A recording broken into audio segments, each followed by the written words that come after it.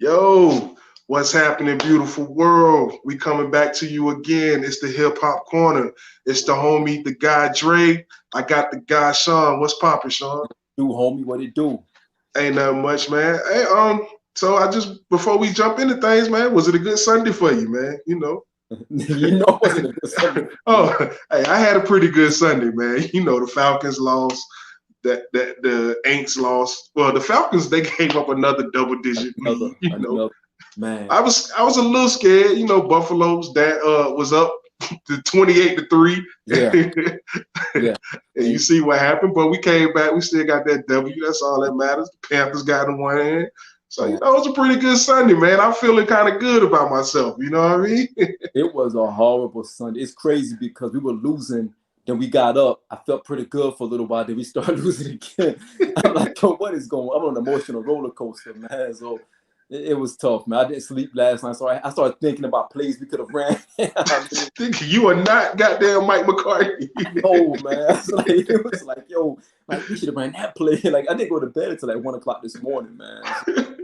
Well, I was gonna rock some Bills gear or some Panthers gear, but Yeah, somebody got to talking shit to me earlier today about them bum ass Durham fucking Blue Devils or whatever the fuck they are. So I had to rock the Tar Heel shit yeah, tonight. You know what I'm saying? absolutely. But yo, this is a very big episode, man. We Yeah. talking about none other than the DJ, man.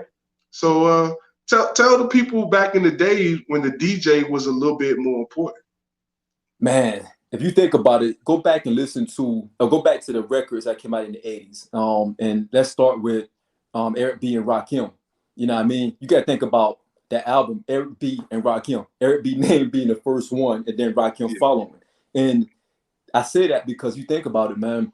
Back then, the DJ was the actual show. The rapper was just, because back then people wasn't really checking for the rappers like that. They were mostly checking for the DJs. So you go back and you look at the Airbnb and Rakim. You go back and you look at Salt and Pepper and Spinderella. You think about the DJing in that particular group as well. So if you think about it, man, the DJ was so intricate to the MC back then because beats were like really the production wasn't like the key or the focal point to any song.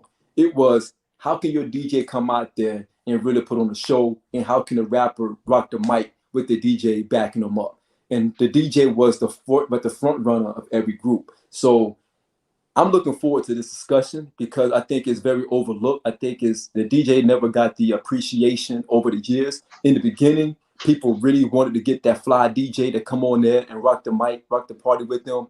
But I think over time, production became more important, and we'll talk about that as well. But then you start thinking about the lyrics became more important, and then it was a magnitude of the shift that came across hip hop that changed the landscape from the DJ to the MC to the production to the beats to the crowd itself. yeah, facts. And everybody definitely wanted the coldest DJ. They wanted the DJ Yeah, that was gonna come in and hype the crowd up and keep everybody feet moving, keep all the shorties ass moving or whatever. So yeah, that was very important. My favorite DJ, who I call is the GOAT, excuse me, would definitely be DJ Jazzy Jeff, man. yeah, And Jazzy Jeff did so much for the game of DJing because that Jazzy came in at a time where there was a shift with the DJ where they was moving from the right. battling and they was moving to having the MC and getting the party started. And that's what Will was. Will was just there to get the party started. But at that same time, it was shifting towards the MC need to be able to spit a couple rhymes or whatever. Right, So right, that's very important. You know what I mean? right. And And then tonight, we got a fly ass DJ coming on. I do my thing in a novice type manner. I do a couple mobile shows and shit like that. But this guy that we gonna have on a little bit later, listen, he's not no slouch in this game. facts. He called himself the Carolina King. He went from Charleston to Charlotte and he set up shop and he introduced the world, to the likes of the baby. My Carolina brethren, they know a little bit more about folks like S Dub, King Carter, those guys. So later on in the show, man, in about 15, 20 minutes, we're gonna have DJ Chuck T, work Indeed. with Cash Money, done a lot of things within the industry. Very close with Rick Ross, Charlemagne the God, a lot of industry cats. So this is not no slouch DJ. But the reason why he's coming on this show is because everybody know Sean and Dre gonna talk their shit. Absolutely. And believe me, Chuck T is gonna talk that shit. As he should. So, that's what this is about. I'm looking forward to the night, man. Like I said, I purposely didn't want to dive into any research on DJ and things of that nature because I want this to be as organic as possible. I mean, if anyone out there watching and listening, yo, we would love to see some comments. If you got anything you want to share, please put it out there. Let's talk about it. Let's have fun tonight. You know what I mean? Let's for an hour and a half, hour 15 or whatever. Let's have some fun tonight. Talk about the unsung of DJs, man. So I want to throw something else out there, man. When I think about the DJing scene, right? I think most of the time you think about the DJs and how they had to transition with the times of hip hop. They had to start learning how to make beats. And let's take DJ Premier, for example. A lot of people don't know, but Primo started out just really being like a house DJ. You know what I mean? Mixing, scratching, not really making beats, just really out there with the boom bap. And he had to transition his whole style as being that one, you know, with the crates in the hand, coming to the park or going to the house parties or whatever, playing records and being able to transition into production and making beats and being one of the best beat makers out the game, in the game, you know what I mean? Yes. So I think that just to have an ear for music is so key for a DJ because a lot of DJs back then were considered A&Rs. If you think about Eric B and Rakim, Eric B was like Rakim's A&R. He was like that guy that said, hey, you may want to go this route. You may want to do this. Or, you know, let's make sure. Because you think about in the 80s, majority of the beats were the same. It was like that boom, bap, boom, bap, boom, boom, boom, bap, boom, bap. Everybody had that same boom, bap beat.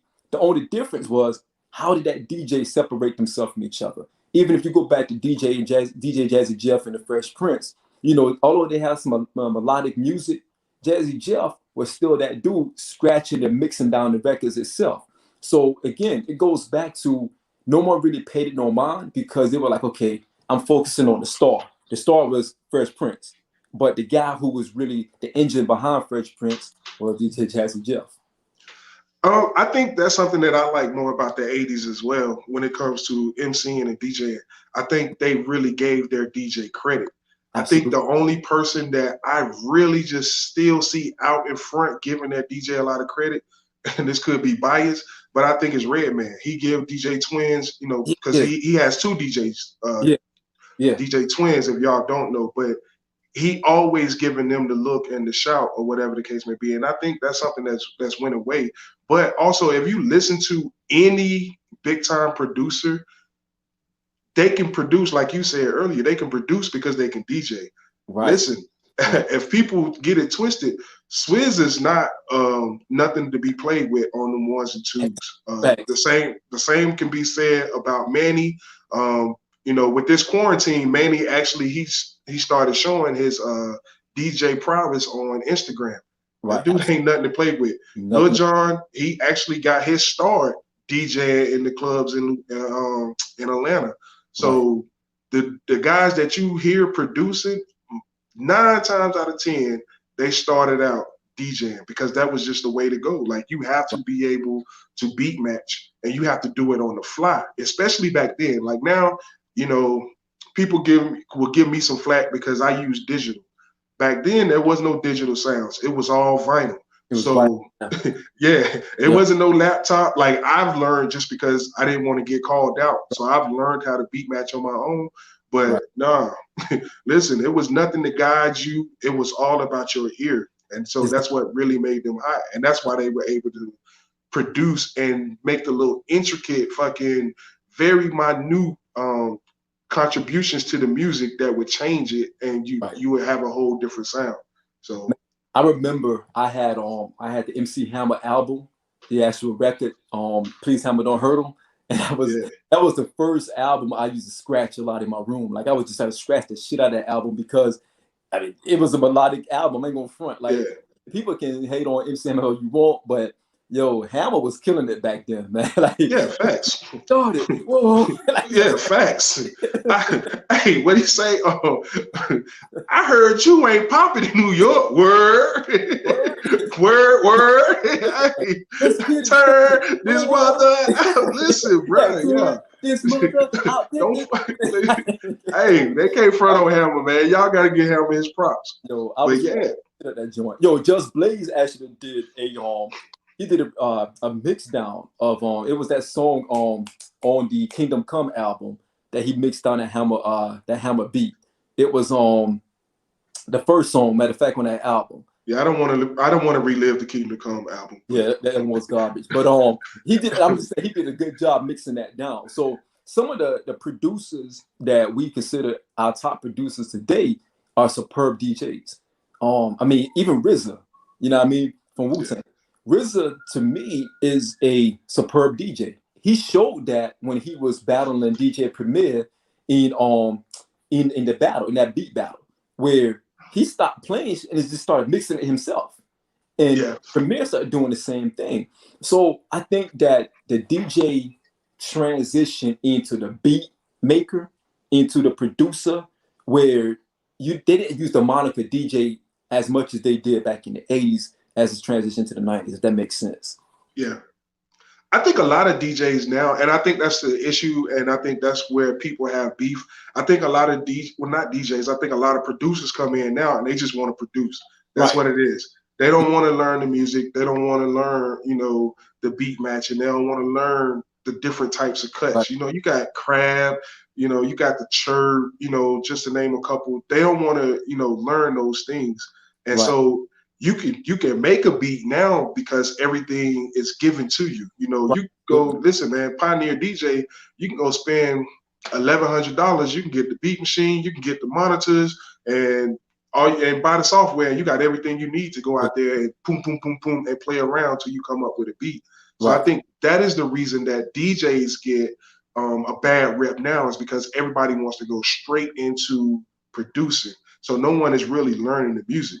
You know what I'm saying? Like, I got into DJing just because I didn't want to get in trouble. Like, and this is as a grown man. Like, my old lady, my ex, she was in South Carolina, and so the way for me to stay out of the clubs and stay out of trouble was to just stay in the house and learn how to DJ. So that's how I got into it. But I love music, so I wanted to get the small details down to a T. And then I wanted to do it blindly. Like, I don't want to use my computer. I don't want to use my headphones.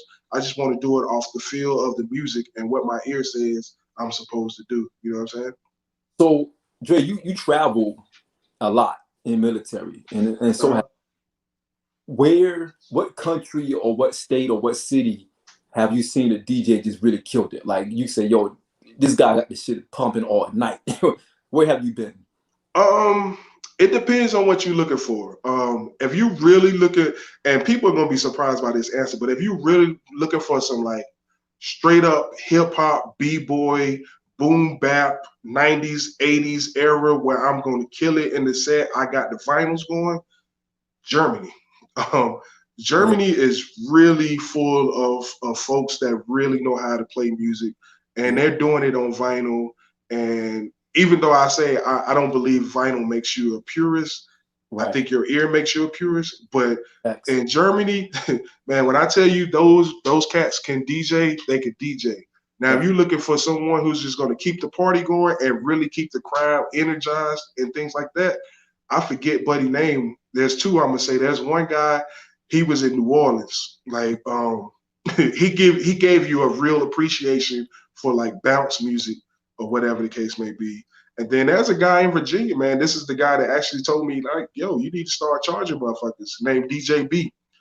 DJ B, he's from Philly, but he lives in Virginia Beach. And when I tell you this cat is dope, like he had go-go playing, and then he brought in like H to the Izzo. And I was like, how? Like, nigga, like, what are you doing? Like, so those are the two cats that I would say it's stateside, but Germany is really where it's at when it comes to DJing. For me, it was Japan. I'll be honest. Like, when I was in Japan, they love hip hop over there, and they are hip hop purists. And when I was in Japan, this was like in 99, 2000, 2001. And when I say those guys were like really, really killing it out there, that's who that Randy, DJ Jubilee, DJ Jubilee. Yeah. I was living in Louisiana, close to New Orleans area. Yeah, Jubilee was killing. I mean, New Orleans and Baton Rouge, Louisiana, all that area down there, man, they got a whole different vibe when it comes to DJing. You gotta be careful though, because if you're not from around there, you can end up in the wrong club and you get your block knocked off. You gotta be careful. Hey, they hollered at here. It's over. It's time to get the fuck out.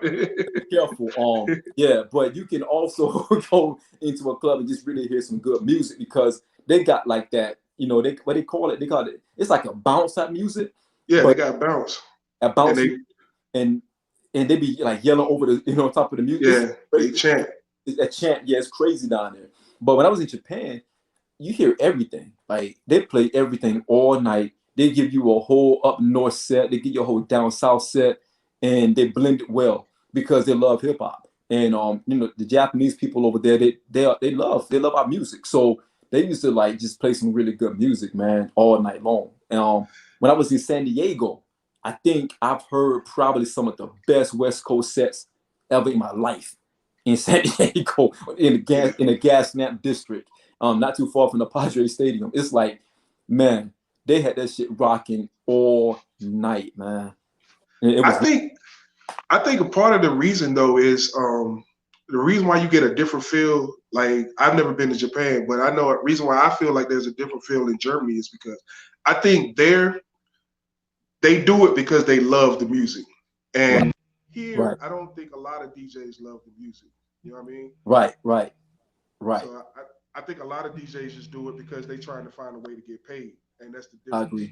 I agree. And to your point, I think that's where it started, because if you think about it, man, I've been to some clubs where the DJ was going through the motions. You know what I mean? They just had like, they recorded some music and they just push play and let it ride. But I've also been places where the DJ, like, he had records, he would just like, we're going to, he's all into it, stopping the music, having people chant, going back into it. And I think that's the art of having a true DJ, someone that can connect with the crowd, someone that can connect with the music, and someone that can bring both together. If you can connect with the music and connect with the crowd and bring them together, you're killing it. And I think, to me, that shows you the difference between, like, you got D-Nice, right? And how the quarantine has showed us that music is so important to the soul, you know what I mean? And D-Nice has been that guy that, to me, my opinion, who brought it all together and had everybody rocking out every single week for months, you know what I'm saying? So I love what he's been doing, man, as a DJ, because he's showing how to rock the crowd without even being inside the crowd. I hear you, but I'm gonna give credit to another Carolina cat, man. DJ Cleve had been doing it. Yeah. I would say probably about 3 years before quarantine. And when I say Cleve is making it pop, Cleve was making it pop. It's just the difference is, Nice is he's known on a broader scale, so he was able to bring on a lot more followers and make it pop for everybody else. You know what I'm saying? Right. But to nephew's nephew, Chris says, what makes a good DJ? There's a lot of different variables. So one thing that makes a good DJ is something that I haven't really been able to perfect yet. It's talking on the mic, like, it's engaging the crowd. Like, when I'm the guy, I just want to get up there and I want to play. Like, I don't want to talk to you. I want to play. I want to sip. I want to see everybody enjoy themselves. But in reality, to be better, you have to have some type of crowd engagement. That's why you see people and that voice. So that's why you have like DJ Kid Capri really rocking out. That's why you have Envy rocking out, because their voice alone is going to get you amped up. So that's one thing that makes a good DJ. And then two, the second biggest thing I would say is just reading your crowd. You have to know, you have to be able to say, all right, this ain't gonna work, so I'm finna shift right here. And when you shift, they really, really pop. So to me, that is what makes a good DJ. What you say, Sean? I agree with you, man. I think, like, if you can know a DJ's signature sound, then you had a good DJ. You got somebody like DJ Clue. When DJ Clue come on, like Clue, even Who Kid. If you go back and listen to Who Kid, when he plays on Saturday nights, man, Who Kid be getting it in. And Huke is a hell of a DJ. And I'll be honest with you, my personal favorite, and you and I talked about this all the time. I know where you finna go. He played the Nas mix last week, and he killed it. And to me, in my opinion, right now as it stands, he is my favorite DJ in that Scram. And Yes. Scram is a monster. And the reason I'm telling, if anyone out there listening to my voice today, write this down. You need to pay attention. You need to make sure Saturday night, I think coming like 6 o'clock Eastern. Yeah. You need to tune in to Scram Jones on satellite radio if you have satellite radio. Scram Jones do the Scramble mix on Saturday nights, and he blends the original music to the hit song, or any song rather, and he plays them together. He will play the sample first, like the original song, then he'll blend in the actual song itself. If you love music, if you're a hip hop head, if you love music, period, that shit is so refreshing, man. It's so good for the soul. Scram Jones is my man. If I can find a Scram Jones mixtape, I'm copying every time I get a chance. I promise you. So me and Sean had this discussion. I love Scram as well. Today's DJ, I would definitely say Scram is here. Top notch. Listen, Scram breaks down the song to the point. Like even though I know a lot of music, when I listen to Scram Jones, I was telling Sean this. I have my phone right there, and I have the Shazam app open. Yeah. And what I do is, because he is so good at the way he breaks down a record, and he brings you exactly to that sample point. There's a lot of samples you wouldn't even know are being used, but he breaks it down to their exact sample point. I Shazam it, I download it, and I try to emulate him at that very moment. But he is so quick with his fingers, and he's so precise. Like Scram probably got hands probably like the half of mine. You know what I'm saying? So because you can't be that quick with long fingers, man. Like, but he breaks it down to a T, and when he blends it in, like you would never know that you are listening to a new record. Like you would never know that Biggie is about to come in and start flowing. That's how flawless he is with it. So, like Sean said, man, listen, go to Shade 45, Scramble Mix, Scram Jones on Saturdays. I promise you, you all will be very enthused. So if you got it, go check that shit out. Yes, absolutely, man. And I want to kind of lean in that a little bit more because it makes you appreciate someone's ear. And the reason why I say it is because when he did a Raekwon mix about a month or two ago, and he was playing a lot of Raekwon songs off the Cuban Link joint and this other joints that Raekwon had. And it made me appreciate RZA's ear so much because RZA was able to make 4 or 5 beats out of one song, out of one sample. And he made like 4 or 5. Like, I'm like, how did he pull? I'm thinking that some of the production he's made was like original production. I didn't realize every song on every Wu-Tang album was actually a sample that he was pulling from like really the same record because he didn't have the money to get the clearance for other songs. So he sampled like one record and made 4 or 5 albums off that one sample record. And it blew my mind. I was like, yo, how did he do that? And the last one, I kind of already knew this, but when Scram Jones played it, I was surprised that he picked up on it because I did research on this song back in 2001. It was a song on Nas Stillmatic album called, you ever heard a song called You're the Man? Like, You're the Man. Yeah. So the person who made that beat, the guy who's singing that song is not saying You're the Man. It's saying Sugar Man. It's a song called Sugar Man where this guy, I forgot his name, a guy named Rodriguez. They had a biography on this guy called Searching for Sugar Man because he sold more records than Elvis Presley. But anyhow, the name of his song is called Sugar Man. They're like, Sugar Man, Sugar Man. But the DJ twisted it. And it sounds like You're the Man.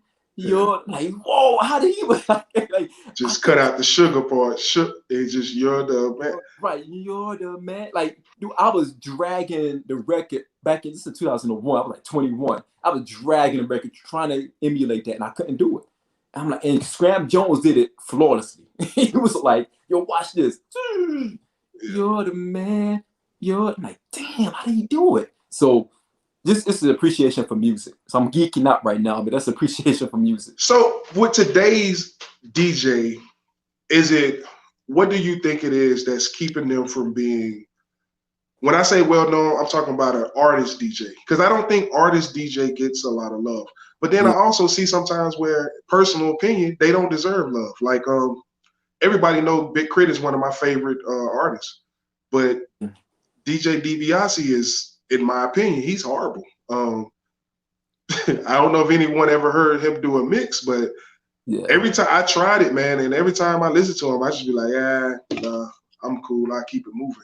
Right. So what is it that's keeping artist DJs from really popping, in your opinion? I think it's the artist. I think the artist is more focused on themselves. And I think it started with Lil Wayne. You know, I think with Lil Wayne had this whole thing like, you know, I don't really need a DJ type of thing. You know, he gave it up to his DJ, to Manny Fresh.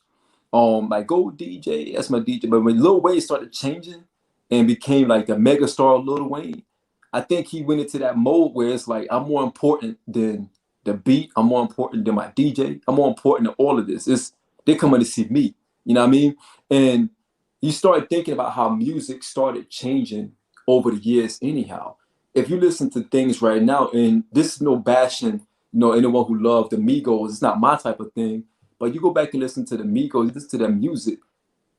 You think about it, Drake, can a DJ exist in that kind of music? You know what I mean? Does a DJ fit that scheme? No, because there's nothing there to cut. There's nothing there to mix. Absolutely. Because they all got that same beat pattern, so all you got to do is just transition at the same time, and you're good. You keep one playing, just fade it on out, and then you're good to go. So I understand what you're saying right there. Do you think a DJ can honestly cut a Cardi B out, cut a Cardi B record? You know what I mean? And Cardi B had a strong run about a year ago. You feel me? So you gotta think about it, man. The climate that we are in right now in hip hop is different than it was decades ago. Right. You know what I mean? We're in a different era where the DJ is displayed more in a good concert. Like I went to see Nas last year, and DJ Green Lantern is a beast, and you can tell that he's still honoring the art of DJing, because his whole set was surrounded by making sure that Nas staying on point as a you know, veteran artist. And nowadays, if you go to another set, and we was in the One Fest in Atlanta, you think about some of the artists who came out there, they didn't really have a DJ. Big Sean didn't have a DJ. He rocked the mic, but he didn't really have a DJ. You feel me? So I think today's music doesn't set things up to have a DJ. I got you. I can agree with that. I can see where you're going with that. I think if artists go back and they listen, whenever you playing music and you are able to play it live, it's going to, one, require a DJ, but two, it's going to be a lot more cleaner. So that's why if you look at like T.I. switched it up, and he started going to where he could play live music. And I got it, even though it might be a instrument playing and it's going to sound a little bit different, it's going to sound a little bit better. At that time, that doesn't necessarily make it the greatest. So always have that DJ in the background, cutting, shifting, chirping a little bit, giving you repetitive modes. That way that the crowd can get involved and the crowd can feed off the build of the anticipation. So that's why I think, like Sean said, the shift happened when you listen to people like the Migos or whatever, and they got that same beat pattern, and all they got to do is hit the kick or the snare on the drum, and it's going to sound the exact same. That's why you go to clubs. Like, listen, if y'all ever go to daggone like Blue Flames or Magic City or something, when those guys play, like, you can't even tell a new song is on, and it's not because they're mixing it or they're blending it so well. It's because all the songs have this same type beat pattern. All the songs have that same movement, and so that's what the problem be. You know what I'm saying? Right. Yeah, I'm sorry, man. Somebody keep calling me, and it's throwing off my picture, man. It might be the FBI, but we ain't gonna talk about that. We know you're a wanted man. Come on, man. Oh, my bad. I thought. Listen, man, they saying something out on his head. You know, if y'all call him, I'm pretty sure all these people watching this some snitches. Yo, oh, come on, man. Yo, come on. Oh, so I never saw that. Randy, I never seen the live mix of Wheels of Steel. I have heard him a couple times. As you know, I've seen Outkast a nice little number of times. So, but he is dope. And also the DJ is intricate because in between set change at a concert, Yeah. hey, it takes a while, and you would think, even though, like, for instance, if you're moving from Wu Tang to 8 Ball and MJG, logical thinking tells you, oh, all they need is a turntable and the dang on microphones. Well, it's not that simple. It takes a while to change from one set to another. So it's very important that you got a DJ that's going to really get up there and that's going to really rock the crowd and keep the crowd engaged and the crowd moving. So, right. And that's the thing, man. Like, again, I've been to like a lot of concerts, man. And the DJ, I've been to concerts from DJ to get the crowd warmed up, and they did a horrible job. And again, right. that is someone who doesn't have a good feel for the crowd. They don't have they came there with an ill plan, like an ill-fated plan. You know what I mean? You got to be able to pivot quick as a DJ, because you got to think about what your crowd listening to, how they're going to grab, how you're going to grab their attention, how you're going to keep their attention. I've had DJs, like, been to several concerts as well. Sometimes the artist, more than likely, the artist ain't going to come on time. I have yet to be to a concert where the artist was on time. Half of the time, they're like an hour. Facts. I mean, I went to the Jay-Z Beyonce concert and in New Orleans. They did come on to like almost 2 hours late. You know what I mean? And the DJ was like, you could tell the DJ was like, yo, I got to keep going. Like, I can't, I'm running out of material. He wasn't prepared. Then it became like really stale to the point where he just stopped playing, period. So, hey, listen, when you say that, the worst thing I could listen, man. So, and I'm not trying to discredit myself, but I'm just going to be honest with myself. Like, I know I'm not at that. Like, I can keep a crowd moving, but I know that I'm not at that level where I should be opening up for DMX, right? Yeah. So there was a guy, man. I went to see DMX. I was in Tampa last year. There's a guy out there. Listen, man, I'm not saying I got the most expensive piece of equipment, but I paid a nice little pretty penny for it. So this guy had a DDJ RB, which literally cost like $250, and he's mixing for DMX to come out. This is not D's DJ, but he's the guy that they was like, yeah, come on, do the job, get up for it. Man, this motherfucker was playing I'm Coming Out by Diana Ross. Oh. He was playing Moving On Up, George and Wheezy. Like, I had never seen a DJ that bad. You get some DJs and the crowd get kind of restless waiting on the artist. Right. But they were so restless and he was so horrible that they was booing him, man. And he had to play through boos for like 30 minutes, yo. You gotta be careful. You playing I'm Coming Out by Diana Ross. You gotta be careful, man. Right. Like, that's not what you want to play at no 90s shit. You know what I'm saying? Oh. Niggas got on Tim's. We ain't rocking like that right now. Like, what is you doing? You cut your eye and you see that one dude kind of like like he really want to come out, like he don't want anybody to know. So he finally just burst out. You gotta be careful with that, man. So yeah, I agree. I saw Randy said this was back in the 90s, Sumter, South Carolina. Sumter stand up, like real talk. He's not from Sumter. He just that's just where he was at. I'm about to say, man, Sumter stand up, man. Sumter had brought Wu-Tang Clan to the exhibition center in 98. So you ready to go ahead and tell the world you really from something? You not from New York City? Sumter stand up, man. Real talk. Mercy City, man. Mercy. Anyhow, man, stop. Anyhow, home of the brave. But yeah, man, you got to be careful. You can't play I'm Coming Out with a bunch of dudes with Tim's on, man, because you're gonna have that one guy in the crowd that's gonna be like, yo, I really want to dance, but I don't want to say anything. I really want to shake a tail feather. Yo, yeah. No, man. Not it's okay because sometimes it works. Like if you DJing at Essence Fest or something like that, that right. Shit is gonna work and it's gonna move.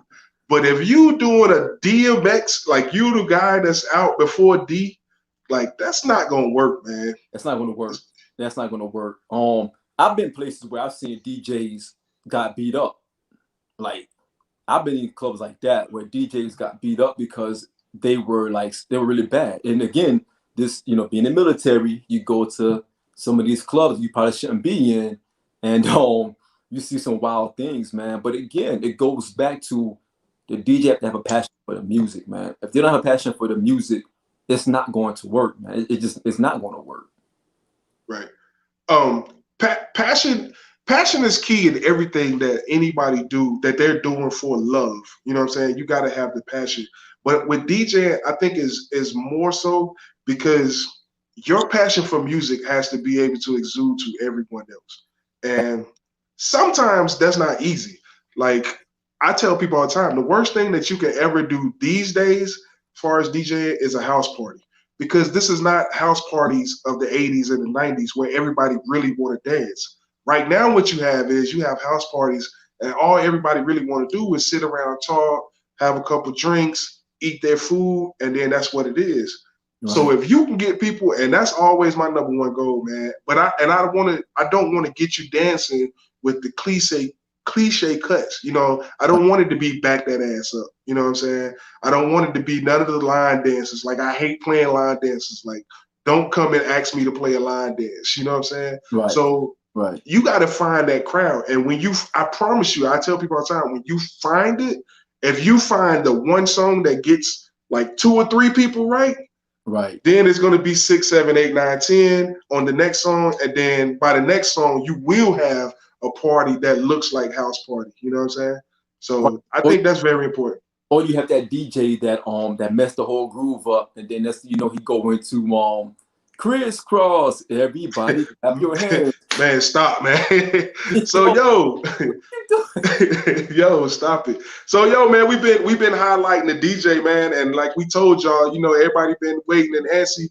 We told y'all, man, we was gonna bring on the Carolina King, so it's time to bring in the homie DJ Chuck T. If you don't know, this guy's been recognized by MTV. This guy's been doing this thing for a long time.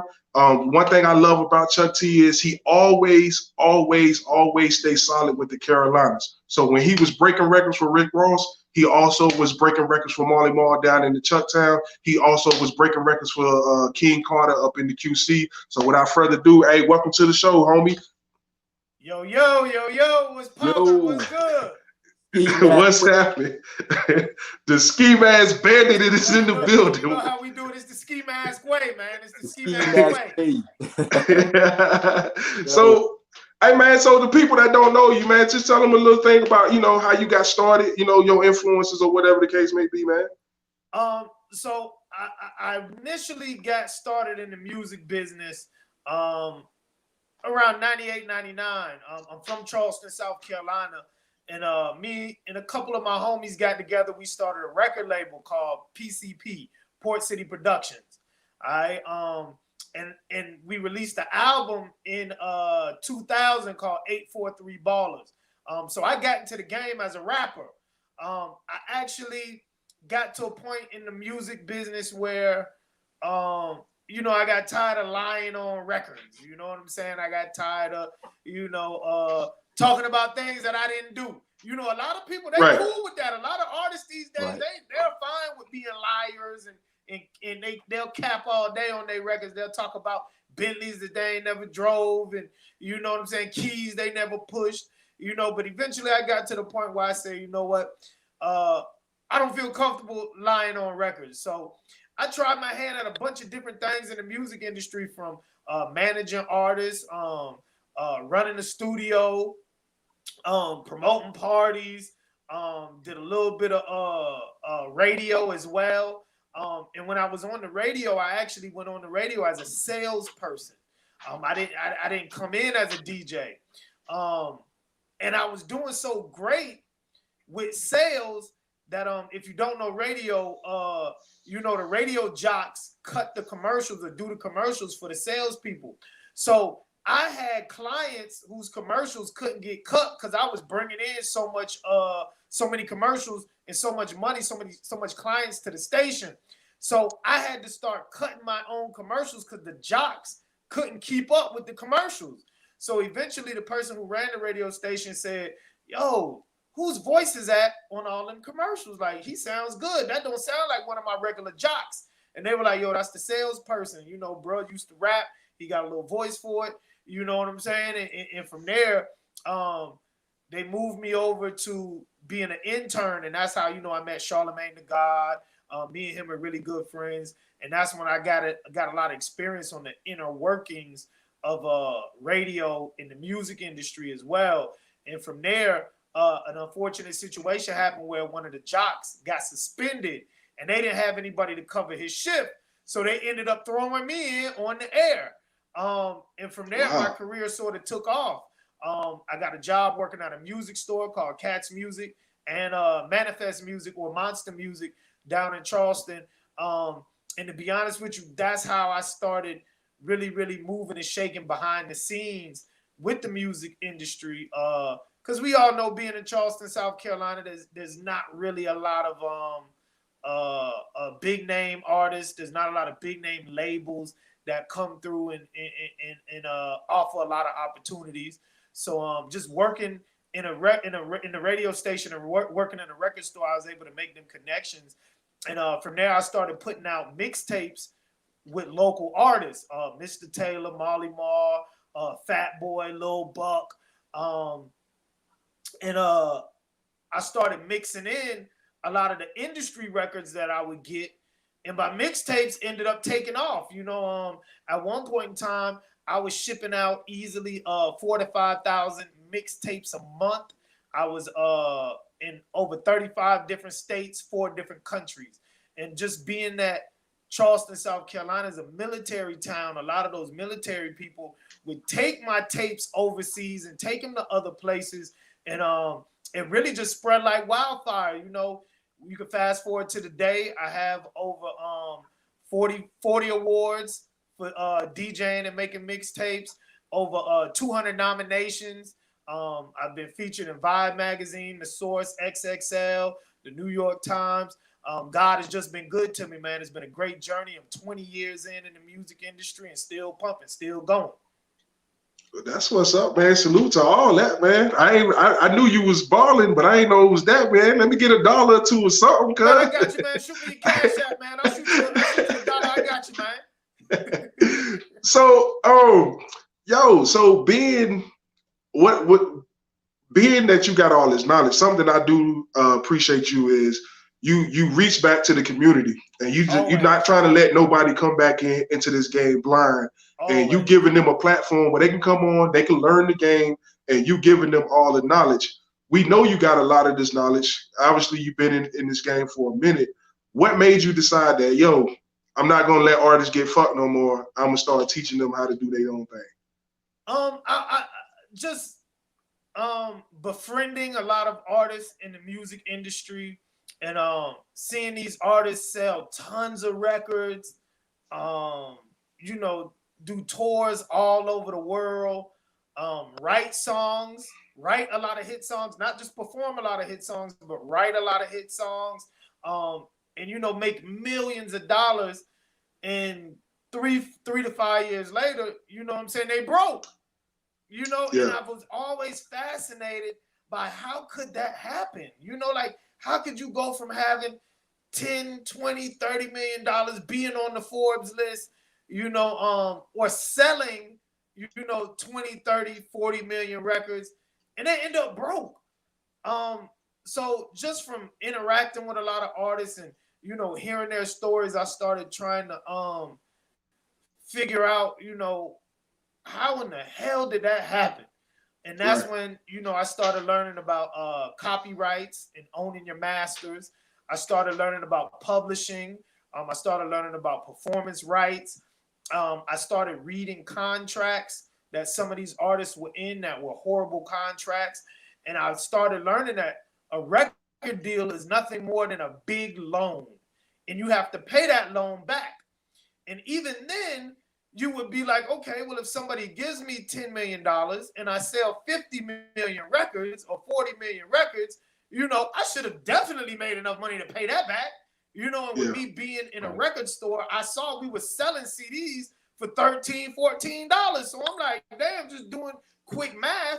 If I sell 20 million records at $14 a piece, and you gave me $5 million for my record deal, there's no way I should owe anybody any money. But then once you start reading the contracts and you start seeing how, you know, artists have to pay that money back first, and then the record labels charge them all of these crazy, exorbitant extra fees on top of fees on top of fees, and how they take and just add on to your debt. You start to see, you know, that $5 million they gave you, once they took taxes out, and once you pay your manager, and once you pay your lawyer, and then you know, once you pay for their crazy ass producers that they want you to work with, and they charge you for all these marketing fees and all of these distribution fees and just crazy fees, you see that, you know, that $5 million really went up to about 20 million. You know what I'm saying? And that's how they dug themselves into a hole. And a lot of times those contracts are worded so crazy that sometimes not even a lawyer, you have to be a very skilled lawyer to be able to catch some of the bullshit and tomfoolery, you know? And I just dug in and really dug in and learned the game, and, you know, learned the verbiage, and, you know, learned how these fees add up. And, you know, I ended up turning it into a music business class. I started last year. I've been teaching it probably about a year and a half. It took me about 3 years to put it together. You know what I'm saying? So it was definitely not an easy task, but I definitely feel like it's needed. I know a lot of people who are in the music industry who just don't know the business. You know what I'm saying? And I feel like at some point, with me being quote unquote the OG, you know, I got to do something other than help these niggas break their records. I want to help them make money and keep their money as well. Facts. Right. So speaking of being the OG, you know, me and Sean know you've had a lot of people come at your neck, you know what I'm saying? For whatever reason. But you always stood tall, you always fall back, and you always talked your shit. That's why you here, because you talk shit. So what was the situation that had you jumping on Wayne and talking your shit with him? And basically the situation with Wayne was something, you know, I was a big Lil Wayne fan. You know, a lot of people know that I used to roll with BG real heavy. You know, the first rap video I was ever in was a BG video. You know what I'm saying? So just the whole Cash Money BG crew, I was sort of cool with. And you know, at that point in time, Wayne was everybody's favorite rapper. But remember, around that time when I leaked his album, when I leaked the Carter 3, he was sort of at odds with Cash Money. And those Squad Up mixtapes is what have brought bro back. You know what I'm saying? Those Squad Up mixtapes kept Wayne eating, you know, and he ended up doing an interview where he just was like trashing mixtape DJs. And I'm sitting here like, come on, bro. Like, mixtapes kept you eating when everybody else on Cash Money is fighting baby for their coins, you know, and shit. I mean, we saw up until 2 years ago, he was fighting baby for his coins. You know, the people who pushed your music, helped you get your music out there, really mashed the gas and helped save your career, who were the mixtape DJs. You know, like, we shouldn't be the ones getting shitted on. He should be praising us. So it was just one of them situations where I sat back. I had a copy of the Carter 3 for about 2 weeks prior to me leaking it. You know, back then, the DJs got shit super early, and being that I worked at a record store, I would get albums, you know, sometimes a month early. And I really was just thinking, you know, like, boy, I can leak this album and really fuck bro up. Really show him, you know, like, come on, man, you know, don't bite the hand that feeds you, help resurrect your career. So I talked to a lot of other people in the industry about it. Everybody was like, hell no, that's the dumbest fucking move you can make in your entire life. Like, Why would you want Universal Records and Cash Money Records, the two biggest entities in music, on your head? And I actually got a call from DJ Drama, and he said, "Yo, I got Lil Wayne on the show tonight. He gonna come on the show. He's supposed to clear everything up." And he went on the show, and he didn't really clear anything up. The nigga was like, "Man, fuck them DJ. Anybody who feel crazy about it, you feel a certain type of way, fuck you." So I'm like, okay, not a problem. I got something for bro.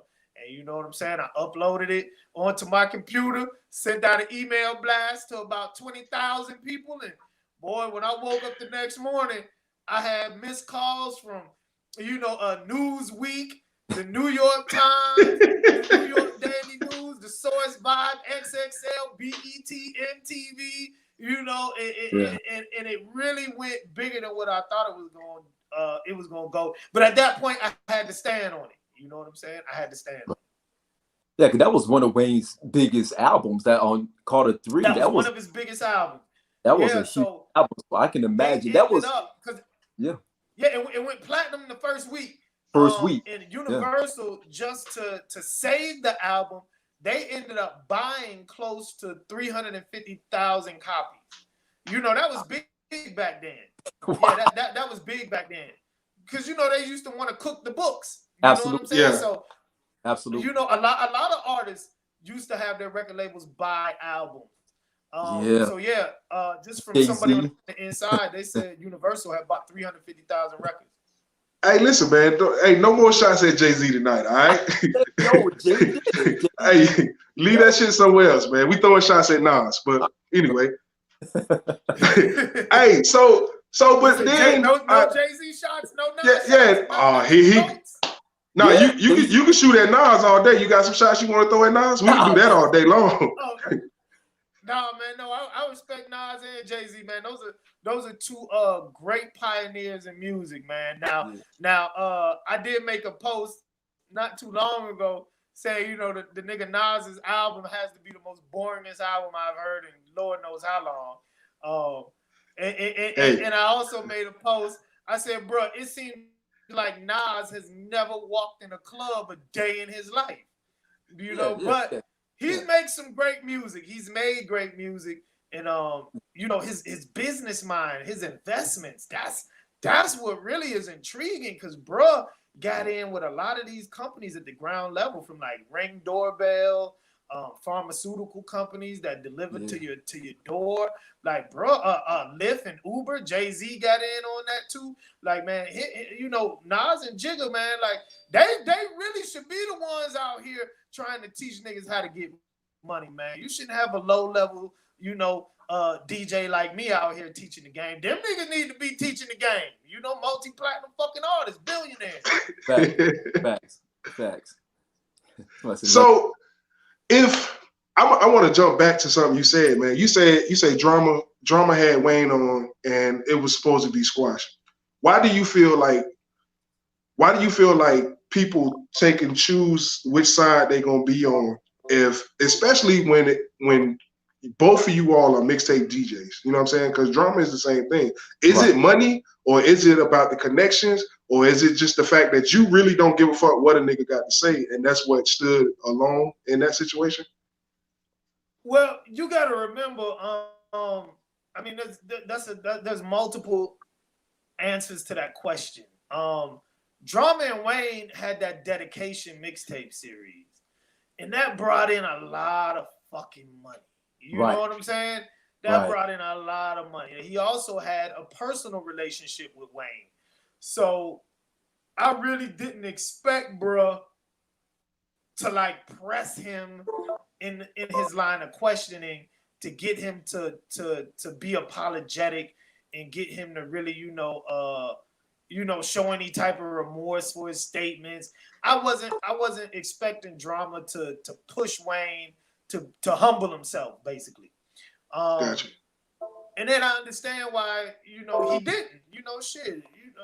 I mean, I know off them Dedication mixtapes, man, Drama had to have at least made $1 million off them shit, bro. Oh, definitely. $1 million cash, by far. Definitely. And then on top of that, somebody like me, who is from a small market, You know, I didn't really depend on the music industry, like those industry niggas. You know, I didn't really depend on that for me to make my money. I made my money off the streets, you know? So I didn't really have to kiss nobody's ass ever in the music industry, you know? And that's why I stay in the streets so that I don't have to bend and fold and depend on somebody to cut me a check, you know? And it's giving me that freedom. So I definitely feel like just the fact that I had the freedom to say something gave me the best platform, because a lot of the bigger DJs, they were on radio, you know, they were tour DJs with other artists who were probably cool with Wayne. You know, they worked with Wayne and needed that Wayne plug or that Universal Records plug. I didn't need it, so I was able to sort of speak my piece. But a lot of DJs felt how I felt. Mm. Yeah, Drama got off on that whole dedication series. That was during the time when mixtape, mixtape was golden back then during that time, and he had to market on Crash when the whole thing going on. So I agree with you 1,000% there. So today, bro was moving. He was moving 20,000 units a month. That was just Drama, Cannon, and Sense, the affiliates. You know, I knew people who was part of the operation, and me and Drama were cool as well. They used to do 20,000 mixtapes a month at $3 a piece. Yeah. Oh, shit. You know what I'm saying? So you can do the math in your head. Yeah. And that was just mixtapes. That didn't include him DJing for T.I. That didn't include the checks he would get from the labels. You know, like, them niggas was eating over there. Oh, they had a huge staff, but they were eating. They were eating really good. So we had this debate a couple of weeks ago about 50 Cent kind of ushering in that mixtape era really hard. 50 Cent, and then you had Dipset, who came on really strong as well, like in 2003, 2004. 2002, 2003. Do you think that had anything to do with the trend during that time when you had the Gangsta Grill series? You had T.I. was popping off with the mixtapes himself. Of course, Wayne. Do you think that Street series? Yeah, the whole exactly. Do you think that whole success with the Get Rich or Die Trying kind of gave everyone that gateway to the mixtape scene? Yeah, at that prior to 50 Cent and the 50 Cent is the Future mixtapes and the mixtapes he did with Who Kid, the G Unit tapes. Mixtapes were really underground. Right. There was a lot of money in it. But it was you had to be a part of a certain demographic to fuck with it. You know, there was only street niggas. But when 50 came and he made mixtapes like albums, he changed the game, and that took things to a whole nother level. He commercialized mixtapes. Right. And then naturally you had the beef with Ja Rule and them. That really just made his mixtapes go fucking crazy in the streets. And then people started using mixtapes as a way to go around the labels whenever the labels would shit on them and the labels wouldn't want to put their music out. 50 Cent was the one who showed people, like, we can do mixtapes. We don't need the labels, and we can sell these hand to hand, or we can sell them through distribution networks on the street, and we can do tours off of mixtape. Yep. So if the label don't want to get down, we can make them lay down. So that's what started the whole flood, because the minute a label didn't do what an artist wanted them to do, niggas would hit up the mixtape scene. Exactly. So you still playing? You playing vinyl? You playing digital now? Oh, well, you know, everybody uses controllers. So, but I will say this: my controller, I use a Numark NS7. So mine actually has the spinning vinyl platters on it, because I'm just so used to vinyl. I like the feel. I like the spin. You know, I like my records to move underneath my fingers. It makes me feel like I'm using vinyl, and it's easier to control. Got you. Well, listen, man, we appreciate you stopping in for a few minutes, man. We know you're a busy guy in these streets, man. One last question before you go. Anytime. Listen, I really asked you on here, man, a couple weeks ago. You know, our Facebook got those memories, and one of my memories was, yo, shout out to DJ Chuck T. he always shouting out X-Man and Xavier McAveen, man. I remember you speaking at his funeral and stuff, man. I just because you said he supported you, I just want to tell what did he do to help you out in that transition from Charleston to Charlotte, doing the moving from on the microphone to the DJ booth?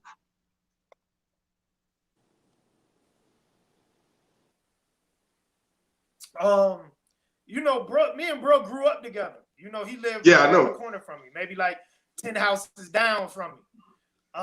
So we grew up together. We were really, really good friends.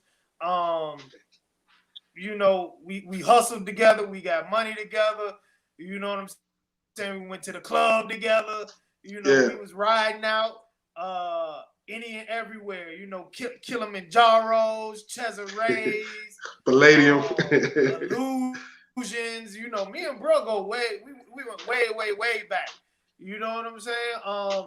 So you know, with just us being from the same set, being from the same hood, living that close to each other, going to school together. You know, he was mainly like a brother to me. And you know, his older brother, both of his older brothers, Damon McElveen, Ghetto D, and Thomas, they like brothers to me as well, you know. And it was just one of them situations where you know, X was a street nigga and I was trying to get out. You know, like I had already, you know, spent the better part of my 20s, you know, visiting my brothers in jail, visiting them in the hospital, you know, with bullet wounds. And I already knew, you know, music was going to be my ticket out, you know, but bro was such a street nigga, you know, by the time he got into moving into the music situation, I was already gone because I actually left Charleston so that I could leave a lot of the stigma of being in the streets behind. I felt like I could never really be known for music back home, you know, because it was us fighting in the club.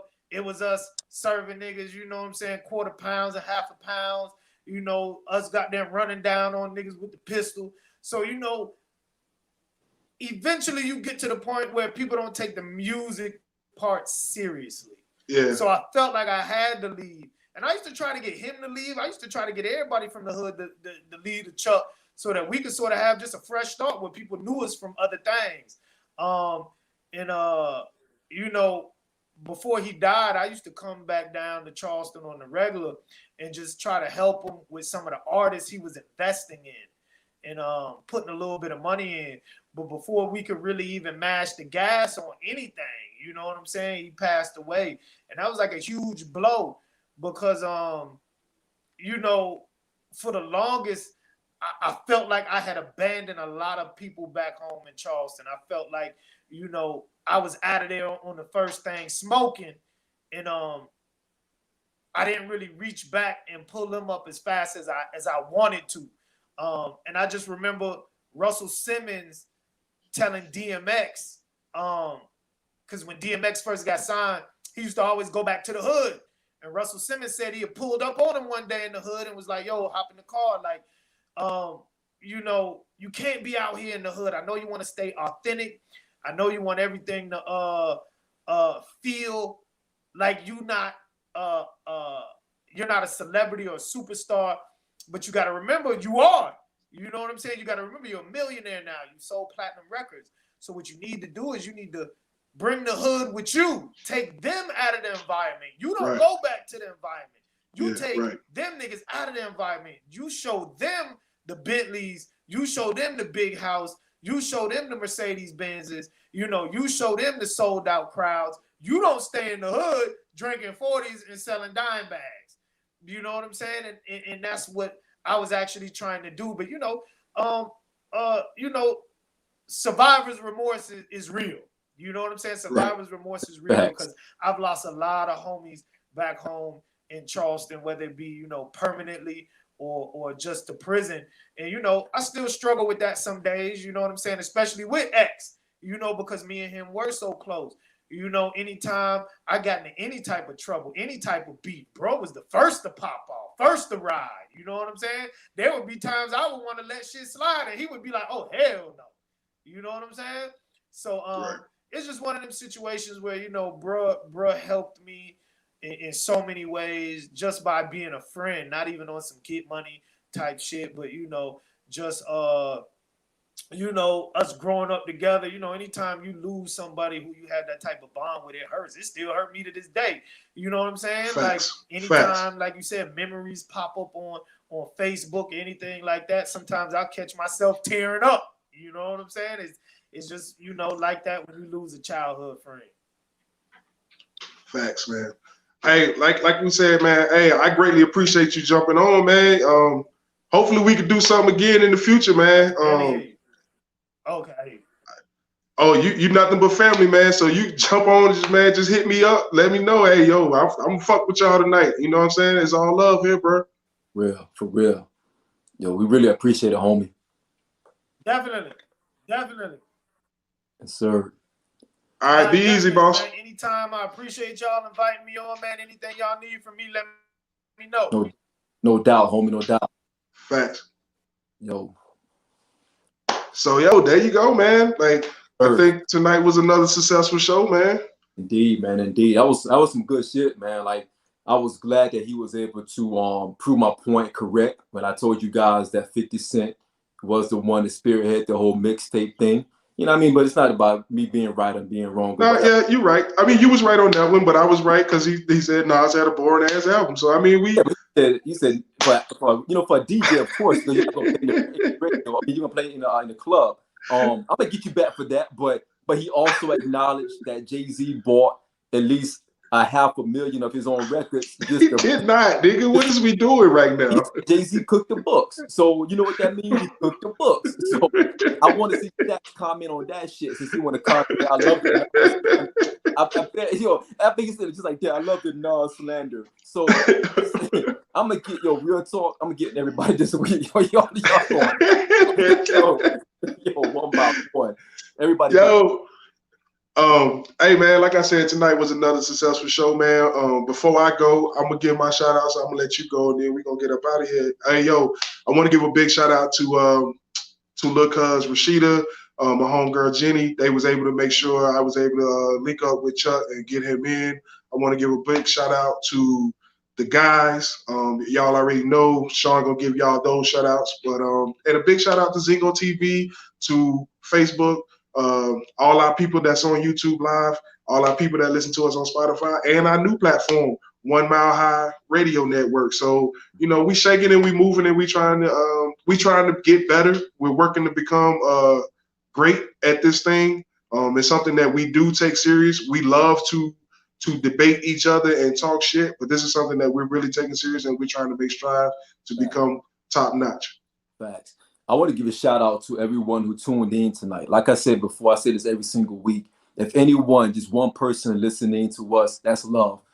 Definitely shout out to Christian for just engaging with us and rocking with us every Monday night, even being with us on a pod on Wednesday nights. So much love and respect to Christian. I think that's your family, right? Right, Dre? Yeah, that's nephew. Listen, man, nephew way out in Alaska. So nephew's supposed to be at work and shit. You know what I'm saying? He's showing love, so I appreciate that, nephew. Much love to like Damian Green. You know, much love to my brother-in-law Bias, who checked in with us tonight as well. Definitely shout out to the guys. We glad that Stacks were able to get that situation cleared up. We have to pay some money to get that cleared up for him. Hopefully he can stay out the gutters and leaving those their tricks alone. So I'm glad Stacks is home now. So he should be able to attend tomorrow night Powers Recap as well as the guys podcast. But I would ask everybody out there to continue to keep Stacks in your prayers. He has an addiction to messing with tricks, and he got caught. He got his hand caught in the cookie jar last week. He served some quick time, and now he's out. So we good there. Shout out to Merv.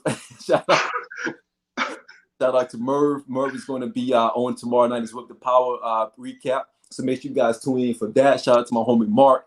Mark is on. Oh, we shouting out Mark? I thought we was gonna leave him out, man. He's on suicide watch right now with the Eagles on debacle. So we had to talk Mark off the edge today. We went to his house and he was actually taking pills last night. So we got him. He got cleaned up. He's going to be good. He's in rehab right now, but he'll be good for tomorrow night and Wednesday night, hopefully.